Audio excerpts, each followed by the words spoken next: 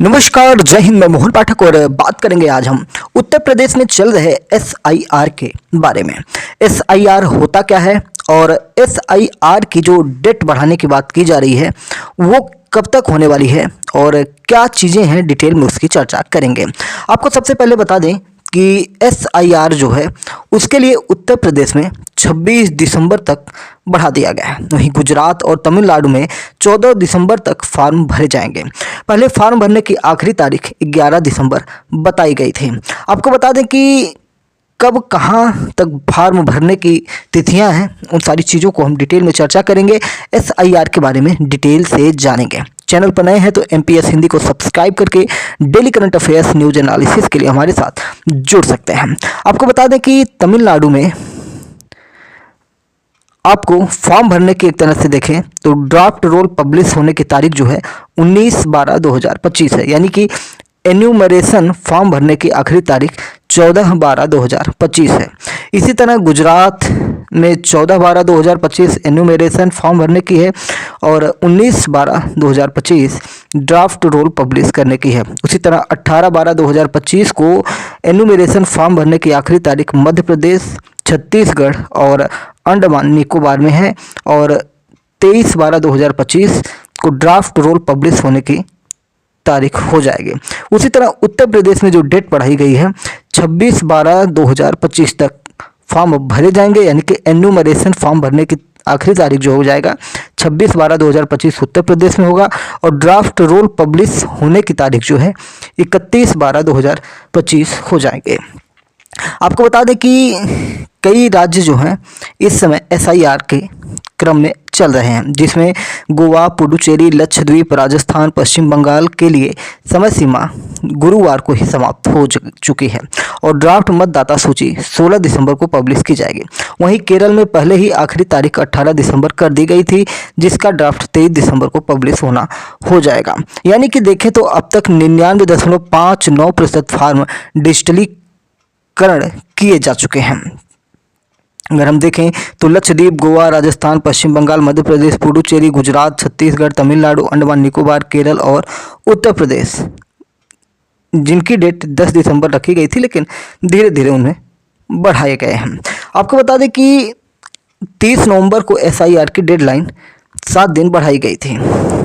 आयोग ने कहा था कि अब अंतिम मतदाता सूची 14 फरवरी 2026 को प्रकाशित की जाएगी, लेकिन मतदाता जोड़ने हटाने का एन्यूमरेशन पीरियड यानी वोटर वेरिफिकेशन अब 11 दिसंबर तक चलेगा, जो पहले 4 दिसंबर तक तय था। पहले ड्राफ्ट लिस्ट 9 दिसंबर को जारी होनी थी, लेकिन अब इसे 16 दिसंबर को जारी किया जाएगा और कुछ राज्यों जिनके बारे में हमने जानकारी दी उनकी डेट बढ़ी हुई है। आपको बता दें कि एसआईआर प्रक्रिया जो है एक ऐसी प्रक्रिया है जिसके अंतर्गत जो हमारे देश में चुनावी प्रक्रिया है उसमें जिस प्रकार से अवैध मतों का प्रयोग किया जाता है उसको रोकने का काम किया जाएगा। एसआईआर यानी कि स्पेशल इंटेंसिव रिवीजन, ये चुनाव आयोग की एक प्रक्रिया है। इससे वोटर लिस्ट अपडेट की जाती है। इसमें 18 साल से ज़्यादा के नए वोटर्स को जोड़ा जाता है। ऐसे लोग जिनकी मौत हो चुकी है, जो शिफ्ट हो चुके हैं, उनके नाम हटाए भी जाते हैं।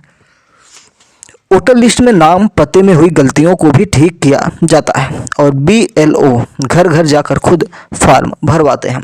कोई भी योग्य वोटर लिस्ट में ना छूटे और कोई भी अयोग्य मतदाता सूची में शामिल न हो, इसका ध्यान रखा जाता है। एसआईआर चुनाव आयोग की एक प्रक्रिया है। इसमें वोटर लिस्ट अपडेट की जाती है और जैसा कि हमने बताया कि 18 साल से ज़्यादा के जो वोटर्स होते हैं उनको जोड़ लिया जाता है। ऐसे लोग जिनकी मौत हो चुकी है, जो शिफ्ट हो चुके हैं, उनके नाम हटा दिए जाते हैं। वोटर लिस्ट में नाम, पते में हुई गलतियों को भी ठीक किया जाता है। बीएलओ लोगों की मदद करते हैं और उनके फॉर्म भरवाते हैं या उनको ये जानकारी उपलब्ध करवाते हैं कि किस प्रकार से फॉर्म भरा जाएगा। पहले फेज में बिहार में एसआईआर हुआ था, जिसकी फाइनल लिस्ट में 7.42 करोड़ वोटर्स शामिल हैं। एसआईआर वाले 12 राज्यों में करीब 51 करोड़ मतदाता हो जाते हैं। इस काम में 5.33 लाख बीएलओ और 7 लाख से ज़्यादा बीएलए राजनीतिक दलों की ओर से लगाए जाते हैं या लगाए गए हैं। एसआईआर वाले राज्यों में विधानसभा चुनाव की अगर हम बात करें तो 2026 में पश्चिम बंगाल, केरल, तमिलनाडु और पुडुचेरी में होने वाले हैं। वहीं 2027 में देश के उस बेल्ट में चुनाव है जो कहीं ना कहीं देश में 2029 की जो लोकसभा है चुनाव है उसका निर्णय करने वाला है, यानी कि उत्तर प्रदेश राज्य, गोवा, गुजरात। तो उत्तर प्रदेश में 2027 में चुनाव हो रहा है और वहाँ पर भी SIR हो रहा है। 2028 में छत्तीसगढ़, मध्य प्रदेश और राजस्थान में चुनाव होने वाले हैं। SIR के दौरान BLA वोटर को फॉर्म देते हैं। वोटर को उन्हें जानकारी मैच करवानी होती है। अगर 2 जगह वोटर लिस्ट में नाम है तो उसे एक जगह से कटवाना होगा। अगर नाम वोटर लिस्ट में नहीं है तो जुड़वाने के लिए फॉर्म भरना होगा और इसके लिए कई सारे डॉक्यूमेंट्स बताए गए हैं, जैसे पेंशनर पहचान पत्र, किसी सरकारी विभाग द्वारा जारी पहचान पत्र, जन्म प्रमाण पत्र, पासपोर्ट, 10वीं की मार्कशीट, अस्थायी निवास प्रमाण पत्र, वन अधिकार प्रमाण पत्र, जाति प्रमाण पत्र, राष्ट्रीय रजिस्टर में नाम यानी कि NRC में नाम होना चाहिए, परिवार रजिस्टर में नाम होना चाहिए, ज़मीन या मकान आवंटन पत्र हो, आधार कार्ड हो, तो इससे हो जाता है। आपको बता दें कि 1951 से लेकर 2000 तक का SIR हो गया है, लेकिन पिछले 21 साल से बाकी है।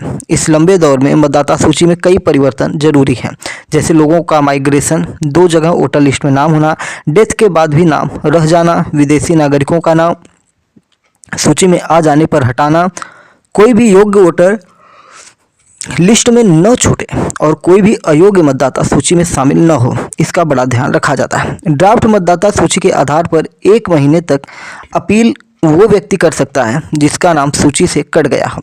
ERO के फैसले के खिलाफ DM और DM के फैसले के खिलाफ CEO तक अपील कर सकते हैं। आपको शिकायत या सहायता की अगर हम बात करें तो हेल्पलाइन नंबर 1950 यानी कि 1950 पर अगर आप कॉल करते हैं तो अपने BLO के जरिए भी आप जिला चुनाव कार्यालय से संपर्क कर सकते हैं। आपको बता दें कि यदि कोई व्यक्ति 12 राज्यों में से किसी एक में अपना नाम मतदाता सूची में शामिल करवाना चाहता है और वह बिहार की SIR के बाद की सूची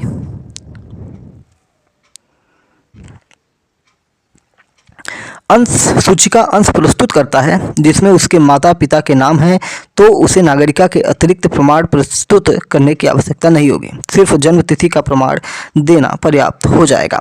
आपको बता दें कि सितंबर में सुप्रीम कोर्ट के निर्देश के बाद चुनाव आयोग ने बिहार के चुनाव अधिकारियों को निर्देश दिया था कि आधार कार्ड को मतदाताओं की पहचान स्थापित करने के लिए एक अतिरिक्त दस्तावेज के रूप में स्वीकार किया जाए। आयोग ने यह भी स्पष्ट किया है कि आधार केवल पहचान प्रमाण के रूप में स्वीकार किया जाएगा, नागरिकता प्रमाण के रूप में नहीं स्वीकार किया जाएगा, यानी कि आधार कार्ड नागरिकता का प्रमाण पत्र नहीं होगा।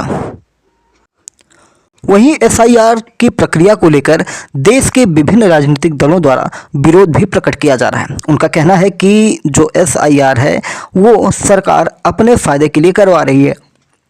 वहीं सरकार विरोधियों पर आरोप लगा रही है कि इनको कैसे पता है कि जो नाम कट रहे हैं वो इन्हीं को वोट देने वाले हैं। तो ये दोनों तरफ से तकरार चल रही है। वहीं आज ही गृह मंत्री अमित शाह ने संसद में ये कहा कि वो किसी भी अवैध प्रवासी को, यानी कि जो घुसपैठिए हैं, जो भारत में आके जबरन रह रहे हैं या अपनी पहचान छिपाकर या नकली कार्ड वगैरह बनवाकर रह रहे हैं, उनकी पहचान करके उन्हें डिटेंशन सेंटर या देश से बाहर करने की बात की जा रही है। और इस बात को उन्होंने बड़ी दमदारी से की और काफ़ी तीखी बहस भी आपस में लोगों के हुई, यानी कि सब मिला जुलाकर वर्तमान सरकार SIR करवाएगी। और विपक्ष कहीं ना कहीं इस पे आरोप लगा रहा है। उत्तर प्रदेश के पूर्व मुख्यमंत्री अखिलेश यादव भी आरोप लगा रहे हैं कि जिस प्रकार से SIR उत्तर प्रदेश में हो रहा है वो NRC इनडायरेक्ट रूप में की जा रही है। तो ये समझना चाहिए कि अगर अवैध जो लोग भारत में आके रह रहे हैं या उत्तर प्रदेश में रह रहे हैं, अगर उनको यहाँ से निकाला जा रहा है या उनके लिए उनकी पहचान की जा रही है, तो इससे विरोधी राजनीतिक दलों को क्या मिल रहा है ये तो जनमानस को ही समझना पड़ेगा या उनको पता होगा कि वो ऐसा क्यों कर रहे हैं। लेकिन अगर SIR हो रहा है, NRC हो रहा है, तो दुनिया भर के तमाम ऐसे देश हैं जहाँ पर एनआरसी होती है। फिलहाल अभी एसआईआर हो रहा है, एनआरसी नहीं हो रहा है, तो इससे किसी को तकलीफ नहीं होनी चाहिए। हाँ, अगर किसी के नाम पर कोई व्यक्ति कई विधानसभाओं में, कई लोकसभाओं में चुनाव दे रहा हो तो वो कहीं ना कहीं हटना चाहिए, जिससे चुनाव प्रक्रिया कहीं ना कहीं निष्पक्ष हो पाए और एक ही व्यक्ति बार बार कई जगहों पे जाके मतदान ना कर पाए। वैसे एसआईआर के बारे में हमने डिटेल में बताया कि उत्तर प्रदेश में 26 दिसंबर तक की डेट बढ़ा दी गई है। चैनल पर नए हैं तो चैनल को सब्सक्राइब करके daily current affairs, news analysis के लिए हमारे साथ जुड़ सकते हैं। जय नमस्कार, भारत माता की जय।